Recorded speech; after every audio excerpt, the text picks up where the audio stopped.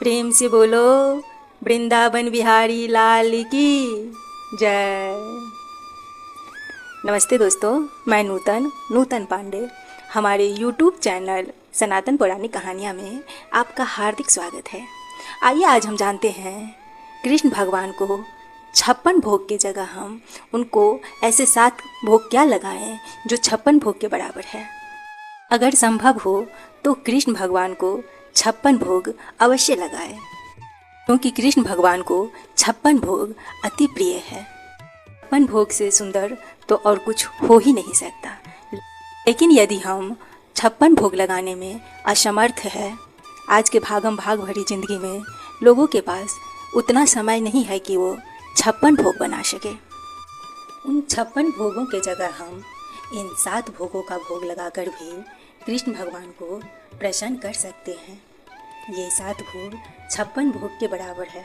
इन 7 भोगों के भोग लगाने से भी कृष्ण भगवान प्रसन्न होते हैं और ये 7 भोग 56 भोग के बराबर है। तो आइए जानते हैं वह 7 भोग कौन कौन से हैं तथा उसे कैसे बनाते हैं। तो प्रथम शहद है। जैसे नवजात शिशु को जन्म के समय उन्हें शहद चटाया जाता है, उसी तरह कृष्ण भगवान का ये जन्म है और कृष्ण जन्माष्टमी में शहद का भोग अवश्य लगाना चाहिए। इसके पश्चात दूसरा है माखन मिश्री। ये तो हम सब जानते हैं कि कृष्ण भगवान को माखन मिश्री कितना प्यारा है, उन्हें कितना पसंद है, तो हम माखन मिश्री का भी भोग लगा सकते हैं।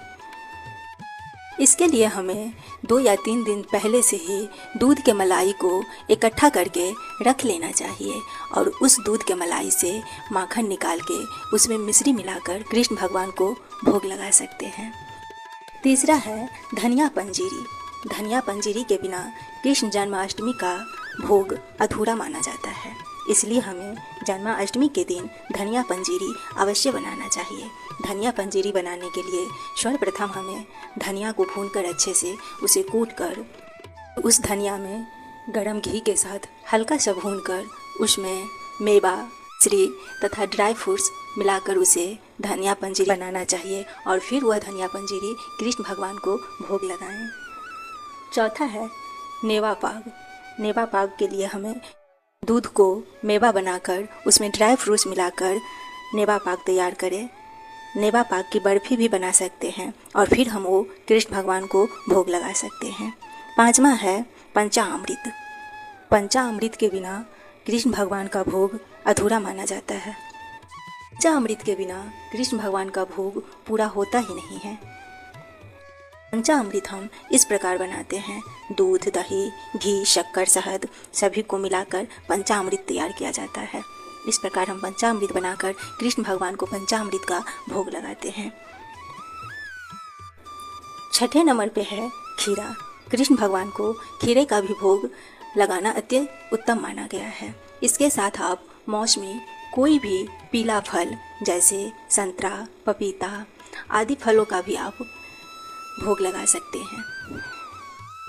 7वें नंबर पे है तुलसी। तुलसी के बिना तो भोग पूरा होता ही नहीं है, इसीलिए कृष्ण भगवान के भोग में तुलसी पत्ते के उपयोग अवश्य करें। इस प्रकार हम इन 7 भोग को लगाकर कृष्ण भगवान का पूजा आराधना करते हैं, जो 56 प्रकार के भोग के बराबर है।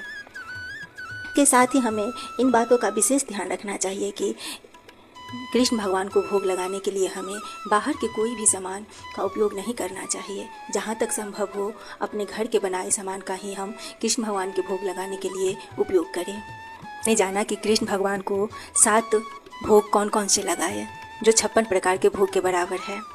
अगर यह जानकारी आप लोगों को अच्छे लगे तो वीडियो को लाइक, शेयर और चैनल को सब्सक्राइब करिएगा। मिलते हैं हम आपसे अपने अगले वीडियो में, तब तक के लिए राधे राधे। आइए आज हम अपने इस प्रस्तुति में कृष्ण जन्माष्टमी के सरल पूजा विधि को जानेंगे। कृष्ण जन्माष्टमी तो हम हर साल बहुत ही धूमधाम तथा हर्षोल्लास के साथ मनाते हैं, लेकिन इस साल के कृष्ण जन्माष्टमी का समय बहुत ही खास तथा महत्वपूर्ण है। क्यों खास है, आइए जानते हैं हम अपने इस प्रस्तुति में। और इस साल की जन्माष्टमी का समय इतना महत्वपूर्ण क्यों है, ये भी जानेंगे। तो आइए सबसे पहले हम कृष्ण जन्माष्टमी में सरल पूजा विधि क्या है, इनकी जानकारी प्राप्त करते हैं। कृष्ण जन्माष्टमी पूरे देश में हर्षोल्लास के साथ मनाते हैं, लेकिन वृंदावन तथा मथुरा में बहुत ही धूमधाम तथा हर्षोल्लास के साथ मनाया जाता है। भारत के हर एक घर तथा हर एक मंदिर में कृष्ण जन्माष्टमी का उत्सव बहुत ही धूमधाम से मनाते हैं। तो आइए जानते हैं कृष्ण जन्माष्टमी के पूजा विधि को। तो कृष्ण जन्माष्टमी के दिन सर्वप्रथम हमें सो के उठने के पश्चात नित्य क्रिया से निर्वित होकर अपने घर को अच्छे से साफ सफाई करके स्नान आदि से निर्वित होकर नए या स्वच्छ तथा साफ वस्त्र धारण करें। वैसे तो आप किसी भी कलर का कोई भी वस्त्र धारण कर सकते हैं, लेकिन यदि आपके पास पीले या ऑरेंज कलर के कपड़ा हो तो उसे ही पहनें, क्योंकि कृष्ण भगवान को पीला या ऑरेंज कलर बहुत ही पसंद है। इसके पश्चात अपने घर के मंदिर को अच्छे से साफ सफाई कर लें। इसके पश्चात अपने हाथों में फूल, अक्षत तथा 1 रुपये का सिक्का लेकर व्रत धारण करने का संकल्प ले तथा मन ही मन कृष्ण भगवान से प्रार्थना करे कि वो आपके व्रत को सफल बनाए। शास्त्रों तथा पौराणिक कथाओं के अनुसार कहते हैं कि जिस घर में श्री कृष्ण जन्माष्टमी का व्रत उपवास रखते हैं उस घर में अकाल मृत्यु, गर्भपात, दुर्भाग्य तथा कलह आदि नहीं आते हैं। इस व्रत को करने से इंसान पृथ्वी के सारे सुखों को भोगकर अंत में कृष्ण धाम या गौलोक को प्राप्त करते हैं। यह व्रत पुत्र के कामना से भी किया जाता है। व्रत संकल्प के बाद आप कृष्ण भगवान को स्नान करवाएं। आप पंचामृत से भी स्नान करवा सकते हैं, गंगा जल से भी स्नान करवा सकते हैं, या साधारण पानी से भी आप कृष्ण भगवान को स्नान करा सकते हैं। स्नान कराने के बाद उन्हें पीले वस्त्र धारण करवाएं तथा कृष्ण भगवान को फूलों से सजाएं। उन्हें पीले भगवान को फूलों के माला से सजाएं तथा उनके पालना तथा झूला को भी फूलों एवं लड़ियों से अच्छे से सजाएं। पश्चात कृष्ण भगवान को भोग लगाएं। भोग में आप ये 7 भोग लगा सकते हैं, जो इस प्रकार है: शहद, माखन मिश्री, धनिया पंजीरी, मेवा पाग, पंचामृत, खीरा, तुलसी। फल में आप मौसमी फल कोई सा भी भोग लगा सकते हैं, लेकिन ये विशेष ध्यान रखें कि जो भी भोग लगाए वो अपने घर के बना हो, बाहर के बने हुए चीज़ों का भोग नहीं लगाना चाहिए। इसके पश्चात माखन मिश्री का भोग अवश्य लगाएं। के बीच कृष्ण भगवान के नाम का जाप करते रहे, या फिर राधे राधे नाम का जाप करते रहे, या फिर आप कोई भी कृष्ण भगवान के मंत्र का जाप करते रहे। तत्पश्चात कृष्ण भगवान का आरती करें।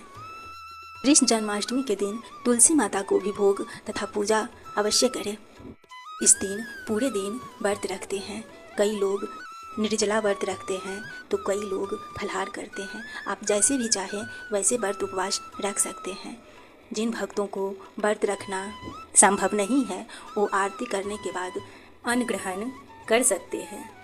कई भक्त नाल छेदन विधि करते हैं, तो जो भक्त नाल छेदन विधि करते हैं वह एक खीरा जिसमें पत्ते तथा डाली लगा हो उन्हें लाकर 1 घंटा पहले ही के बीच में कृष्ण भगवान की मूर्ति को रखकर जहाँ भी आप पूजा पाठ करते हैं वहाँ पे इस खीरे को रख दीजिए। इसके पश्चात जब कृष्ण जन्माष्टमी का शुभ मुहूर्त हो तो उस समय 1 रुपये के सिक्के से खीरे का नाल छेदन करें और कृष्ण भगवान की मूर्ति को उस खीरे से बाहर निकालें। इसके बाद कृष्ण भगवान को स्नान करवाएं।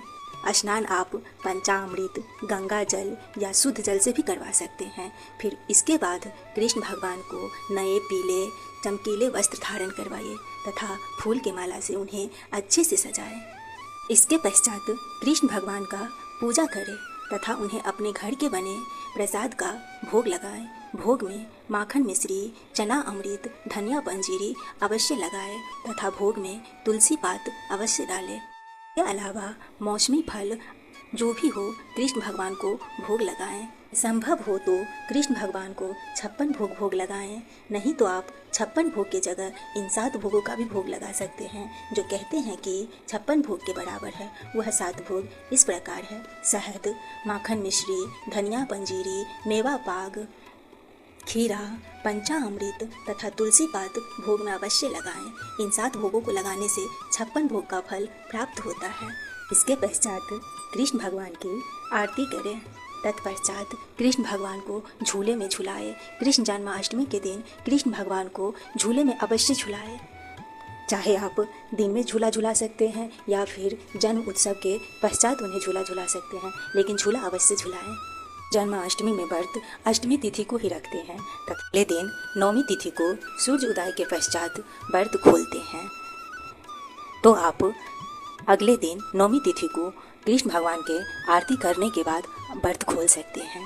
इस तरह कृष्ण भगवान के व्रत और पूजा करने से सभी मनोकामना पूर्ण होते हैं, वैभव सुख समृद्धि की प्राप्ति होती है तथा अंत में उन्हें स्वर्गलोक की प्राप्ति होती है।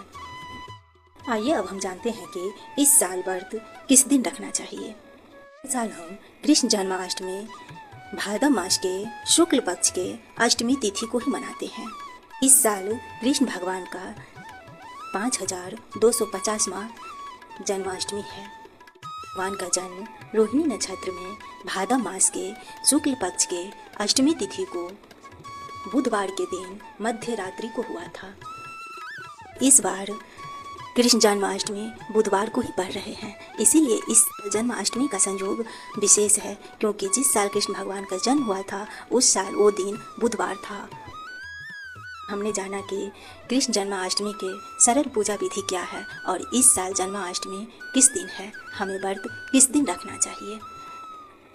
तो हम इसी के साथ अपने इस प्रस्तुति को समाप्त करते हैं। अगर आपको यह जानकारी अच्छी लगी हो तो वीडियो को लाइक, शेयर और चैनल को सब्सक्राइब कीजिएगा। मिलते हैं हम आपसे अपने अगले वीडियो में, तब तक के लिए धन्यवाद। जय हिंद।